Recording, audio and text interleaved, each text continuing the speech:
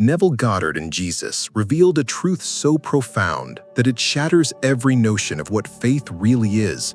When Peter walked on water, it wasn't the sea that tested him, it was his own mind. And when he began to sink, Jesus didn't rebuke the storm. He revealed the secret that keeps every human soul afloat. How many times have you felt like Peter? You began to believe, you took the first step toward your dream, and then fear whispered, "What if I fall?" Suddenly, the waters that once carried you began to swallow you. In this video, you will discover the secret Neville called the law of assumption and Jesus embodied through Peter's fall, the art of remembering faith when the world pulls you under. You'll learn that fear doesn't destroy miracles, it only interrupts them. And when consciousness remembers its own divinity, the impossible becomes inevitable. Stay until the end, because this message will not just comfort you, it will rewire your understanding of what faith truly means. You'll see how psychology, neuroscience, and divine law converge into a single truth. The sea only swallows those who forget they can walk. The call beneath the storm. Every storm begins with a sound, the kind that shakes both air and soul. The disciples heard the wind roaring, the waves striking the boat, the cries of men who had once believed. But within that chaos, another voice called out, one that wasn't of the wind or the sea. It was the sound of faith itself, rising from the depth of consciousness saying, "Come." That call doesn't come when life is calm.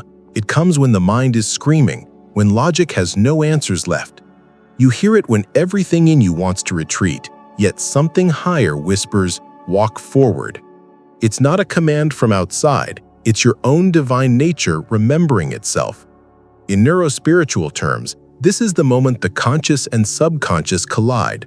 The body trembles, the heart races, and still a deeper awareness pushes through the noise. It's the activation of the higher mind, the field Neville called imagination, and Jesus called the kingdom within. The storm is not there to test you, it's there to awaken you. Every person reaches this threshold. A loss, a diagnosis, a betrayal, the moment when the external world mirrors internal turbulence. But within that chaos lies the invitation to transcend. Faith doesn't begin when the sea calms, it begins when you hear that inner call beneath the storm. The storm isn't proof of abandonment, it's the sound of transition, the noise that accompanies transformation. When you stop fighting the wind and start listening for the whisper inside it, something extraordinary happens. The chaos becomes sacred, because the divine never speaks in silence, it speaks in stillness found inside the noise. The psychology of the first step. There is a sacred moment between hearing the call and taking the step. It is the edge where belief meets embodiment. Peter stands there, one foot in the boat of safety, the other hovering over the unknown. In that instant, every human story unfolds, the struggle between faith and fear, between mind and movement. Psychologically, this is the most delicate threshold of transformation. The brain calculates risk, summoning every memory of past failure to keep you still. Yet consciousness knows that stillness, when born of fear, is not peace, it is paralysis. Faith requires a neurological rebellion against what the senses dictate. The prefrontal cortex, the seat of decision, must override the amygdala's alarm. It is the rewiring of biology to obey spirit.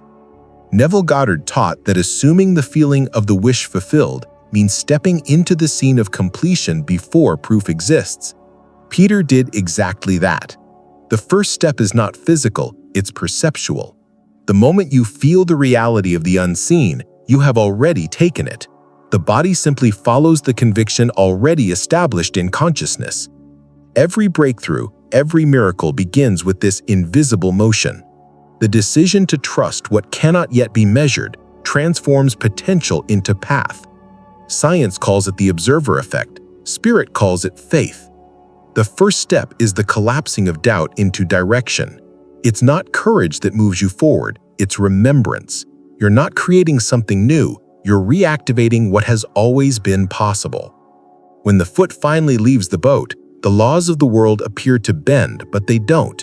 They reveal what they've always obeyed, the consciousness of the one who dares to move. The law hidden in the wind.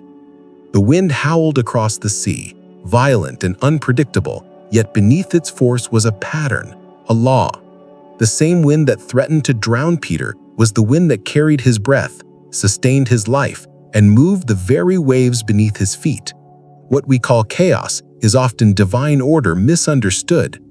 The storm is not your enemy, it is feedback. The wind reveals the vibration you hold inside. When you stand firm in faith, the wind becomes alignment. When you doubt, it becomes resistance.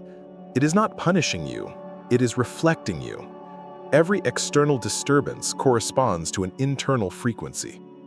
Neville Goddard said, "Your assumption determines the conditions of your life." The wind is that condition, shaped by the invisible air of belief. Jesus did not silence the wind immediately because the storm itself was the teacher. It exposes the separation between mind and soul, the space where fear begins. The lesson is not to fight the wind, but to understand it. From a neurospiritual perspective, this is the field of energetic resonance. Your nervous system interacts with the environment, amplifying whatever emotion dominates. Fear tightens the breath, shortens oxygen flow, and the world mirrors that constriction. Faith expands the lungs, opens perception, and suddenly reality breathes with you. The sea does not change, your coherence does. The hidden law is simple yet radical. Everything moves by reflection. The wind you fear is the echo of your own unmastered rhythm. When Peter looked at the waves, he lost harmony with his inner tempo, and the storm swallowed him. The moment he remembered alignment, the same wind that terrified him became silent obedience. The wind is never against you. It only waits for you to remember who commands it. Jesus' silent technology of focus. When Peter began to sink, Jesus did not speak to the storm. He looked directly at Peter and said only, "Why did you doubt?" That question was not about morality or failure. It was about attention. Jesus understood something modern science is only beginning to grasp. Consciousness obeys focus. What you behold, you become. Jesus' power was not theatrical, it was technological. His miracles were not interruptions of natural law, but demonstrations of higher coherence. When he said, "Come," he transferred awareness. He invited Peter to step into his frequency of certainty. In that field, gravity bowed, and the water remembered who created it. The entire scene was an experiment in perception. Neville Goddard revealed this same principle under a different name: sustained assumption. To assume is to focus unwaveringly on the end, as though no other possibility exists. Jesus embodied this state perfectly. His gaze never left the source, and because of that, physical matter conformed to his vision. Focus was his language of creation. Neuroscience confirms this sacred design. The brain's reticular activating system filters billions of sensory inputs, allowing through only what aligns with our dominant focus. When Peter looked at the storm, his brain recalibrated to danger. When he looked at Jesus, he re-entered coherence. Focus isn't mental effort, it's energetic allegiance.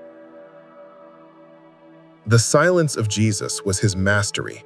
He didn't debate the sea or plead for divine aid. He remained still within the storm. That stillness is not absence of movement, but presence of alignment. In that stillness, the sea obeyed consciousness. The same law operates within you. Whatever you magnify with focus expands. The waters of your life don't need to calm before you move. They calm because you remember where to look. The fracture of attention.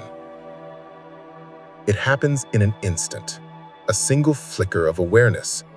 1 second Peter is walking, the next he is falling. The sea didn't change, the wind didn't grow stronger, but his attention fractured. The miracle collapsed the moment perception divided between faith and fear. Attention, once pure, became scattered, and reality mirrored the fragmentation. This fracture is the quiet cause behind every collapse of faith. The mind conditioned by survival cannot hold two truths at once. When attention shifts from the inner state of certainty to the external state of threat, the nervous system rewrites its allegiance. The body obeys fear, not spirit. Peter's sinking was not punishment, it was physics. Consciousness withdrew coherence, and the body followed gravity's law. Neville Goddard described this as the fall from assumption, the loss of naturalness. The instant you look away from fulfillment, you exit the state of completion and re-enter the state of lack. It is not sin, it is misalignment. And yet in that moment of fall lies the proof of divine mercy. For awareness, even fractured, still belongs to the whole. The moment you remember where you were focused, you begin to rise again. Neurospiritually, this is the fragmentation between hemispheres of the brain, the logical left doubting what the intuitive right already knows. Healing begins when both halves synchronize again under one command: faith. The fracture closes not by effort, but by refocus. Peter's story is not about weakness, it is about the fragility of attention in the human condition. Every fall begins with distraction. Every miracle begins with recollection. The sea does not devour those who doubt. It only mirrors divided sight. When faith becomes memory. Faith is never lost. It only turns into memory. Like a song once known by heart, its melody still lingers beneath the noise of fear. When Peter began to sink, he didn't stop believing in Jesus. He simply forgot the state that belief required. The storm didn't steal his faith. It distracted him from remembering it. Neville Goddard taught that every state of consciousness is a frequency, and once you enter it, it lives within you forever. The problem is not the loss of power, but the lapse of remembrance. You cannot destroy faith, you can only neglect it.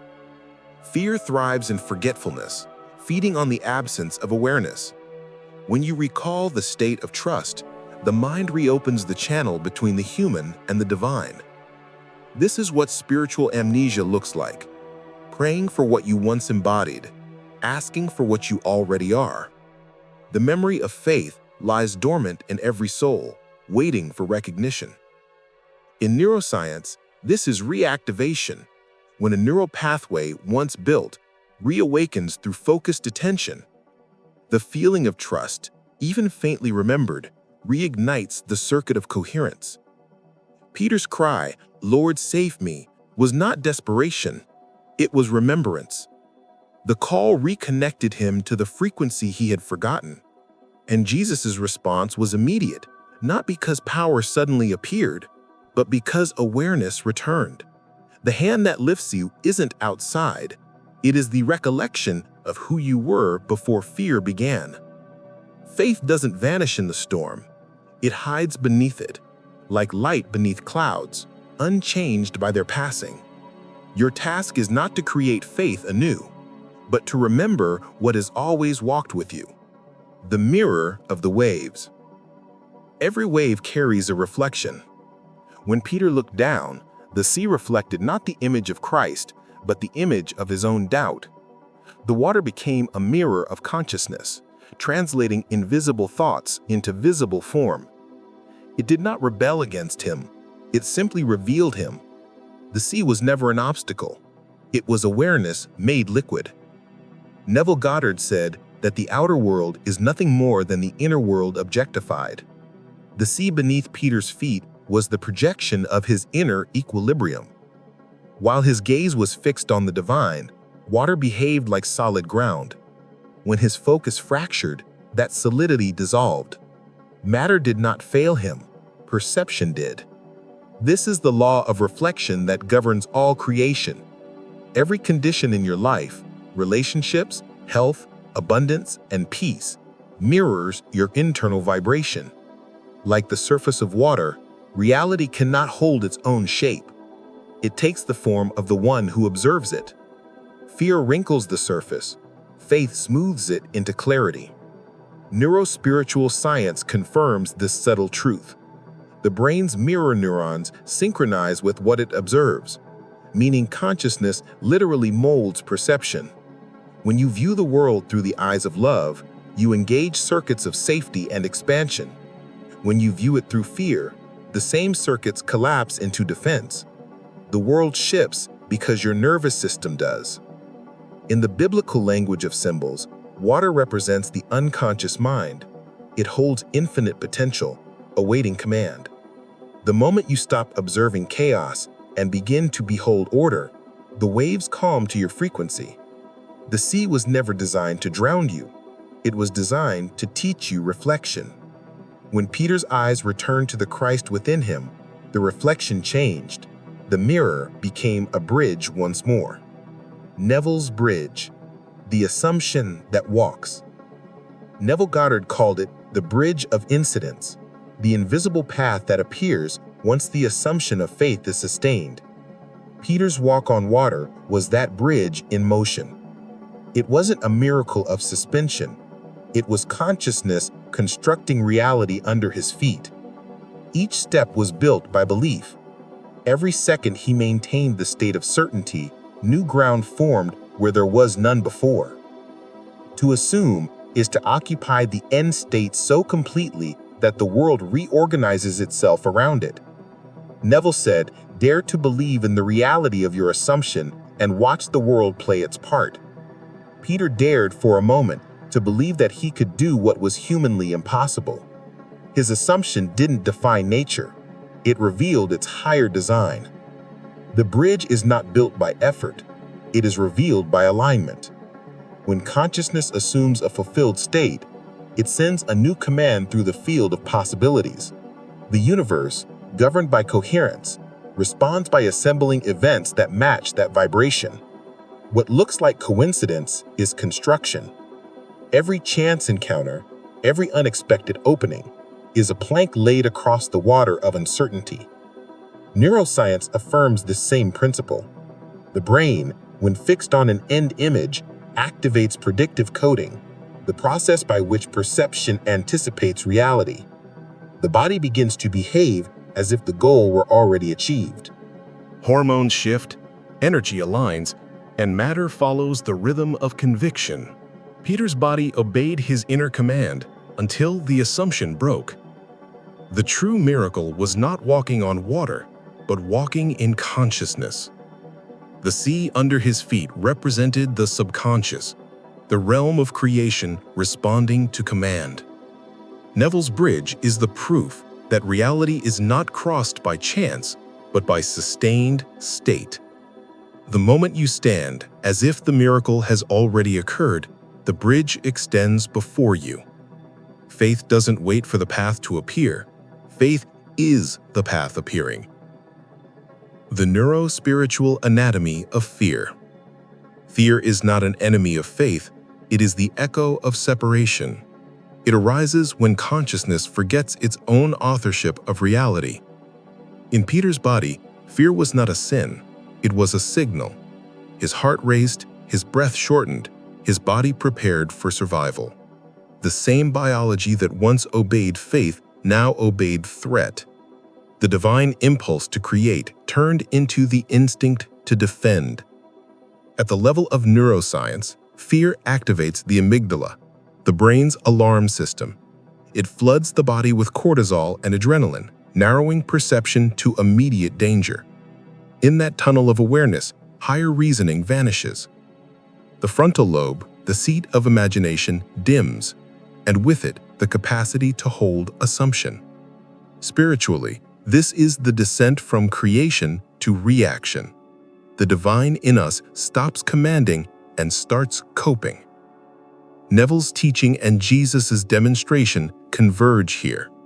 Fear is not proof of weakness, but of focus misplaced. When Peter looked to the storm, he aligned his nervous system with chaos. When he looked to Christ, coherence returned. Fear breaks alignment only when believed.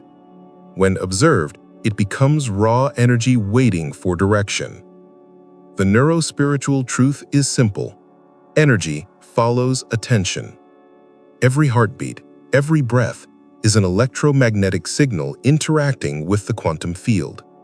When fear tightens the body, it constricts the signal. When faith expands it, coherence returns. The difference between drowning and walking is the state of the nervous system in relation to belief. Jesus never condemned fear. He redirected it. His words, "Why did you doubt?" were an invitation to transform panic into presence. The body may tremble, but awareness can choose again. Fear doesn't stop the miracle.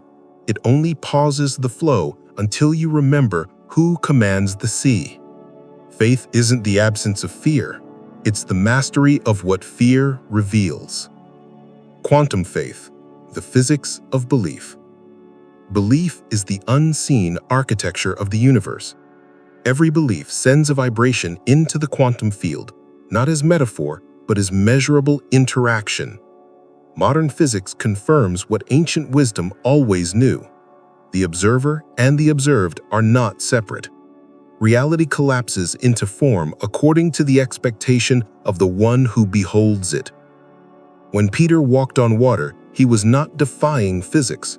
He was fulfilling it. His consciousness, focused with precision, acted as an organizing force. In that instant, observation and environment became one continuum. What appeared miraculous was simply coherence, matter responding to a unified mind. The sea beneath him existed in a superposition of possibilities, to carry or to consume. His belief chose the outcome. Neville Goddard translated this law into language of feeling. He said, "Assume the feeling of the wish fulfilled and watch the world reflect it." In quantum terms, assumption is the act of collapsing potential into reality. It is the observer effect made personal.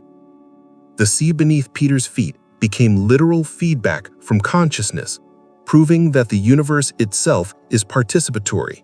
It awaits the conviction of its creator.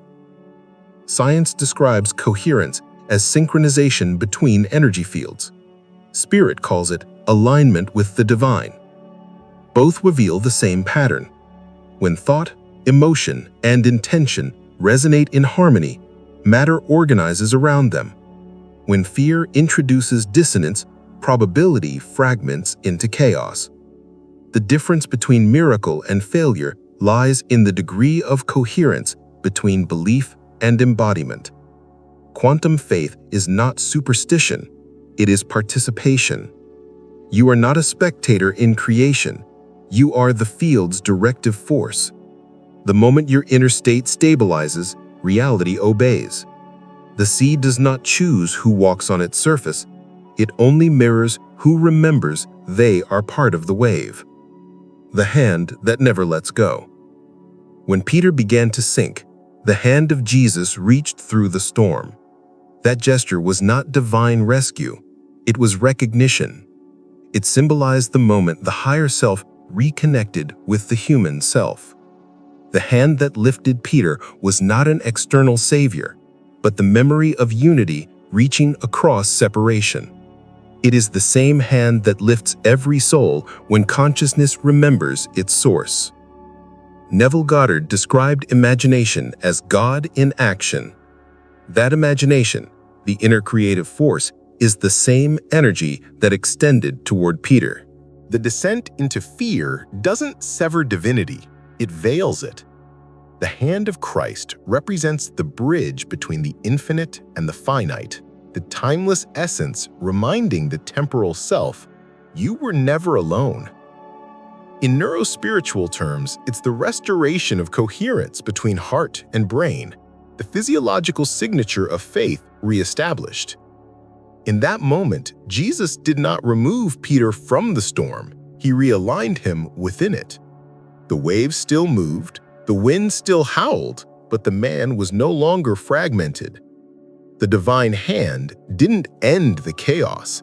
It recalibrated awareness so deeply that the chaos lost its power.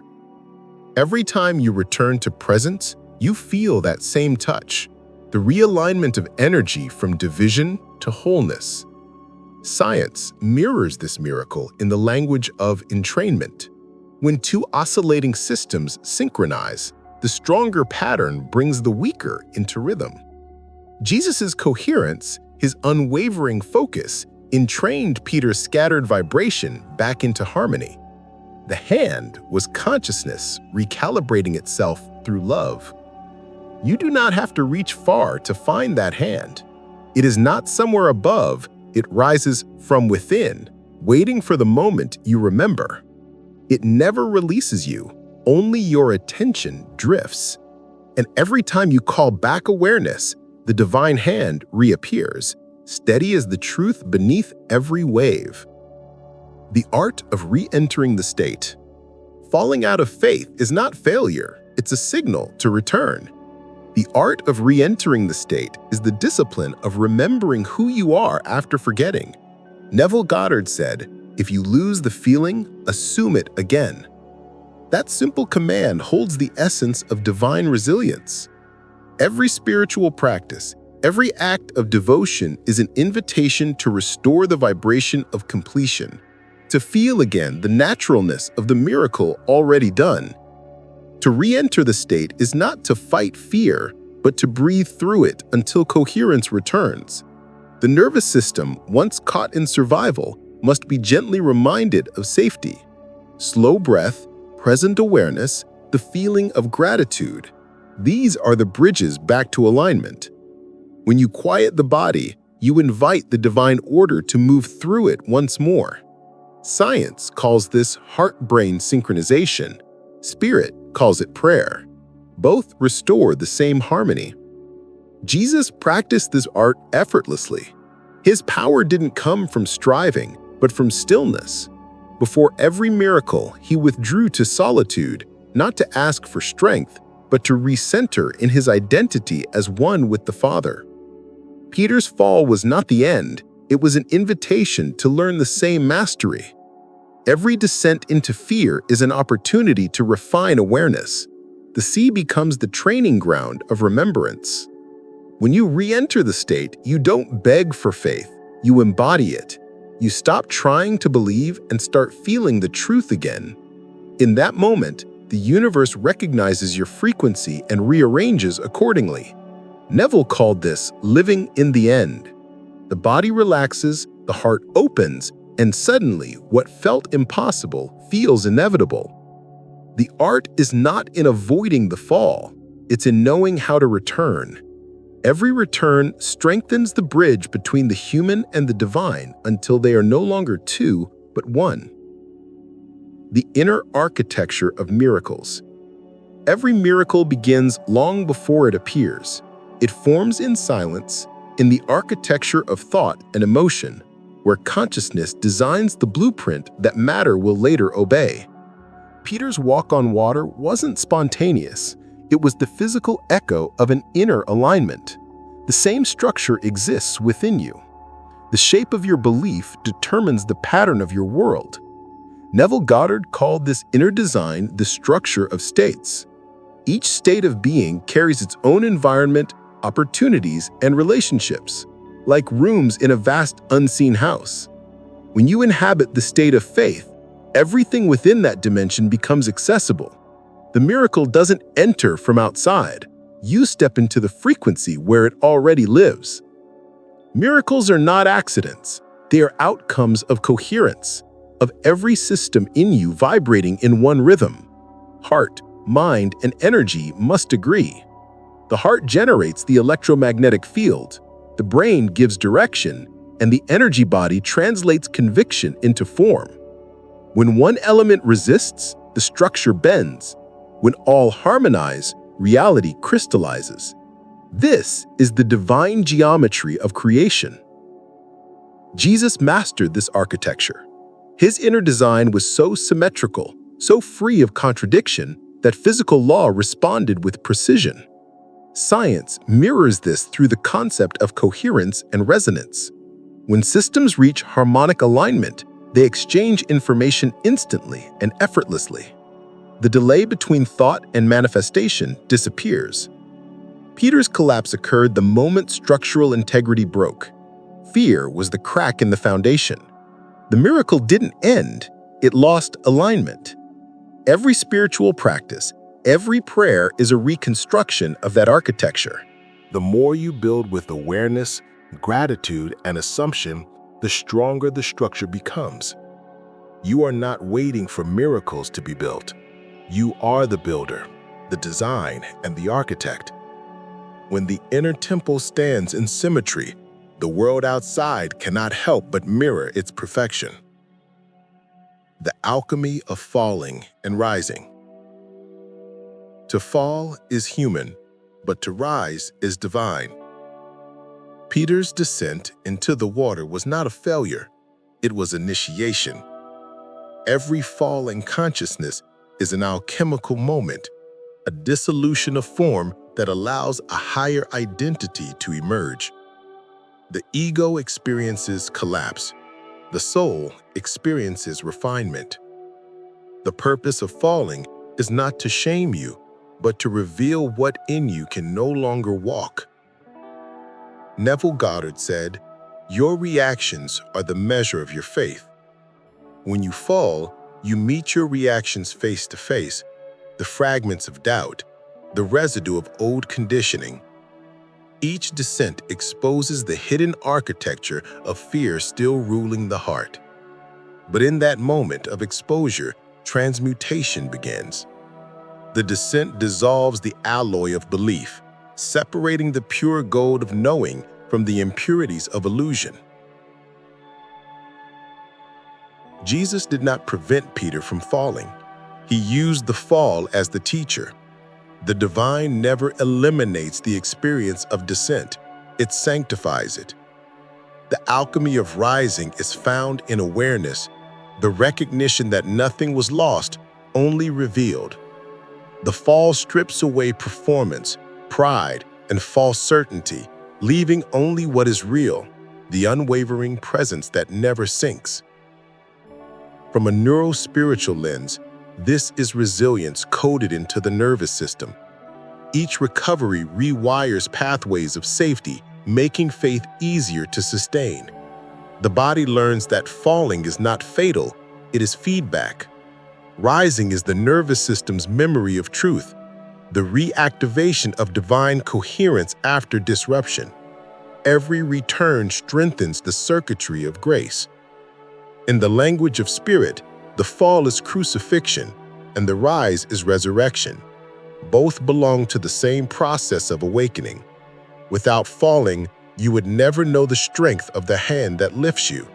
Without descent, ascent would have no meaning. The sea that swallows also carries. What feels like sinking is the beginning of remembering that even the water obeys your rise. The law of remembrance.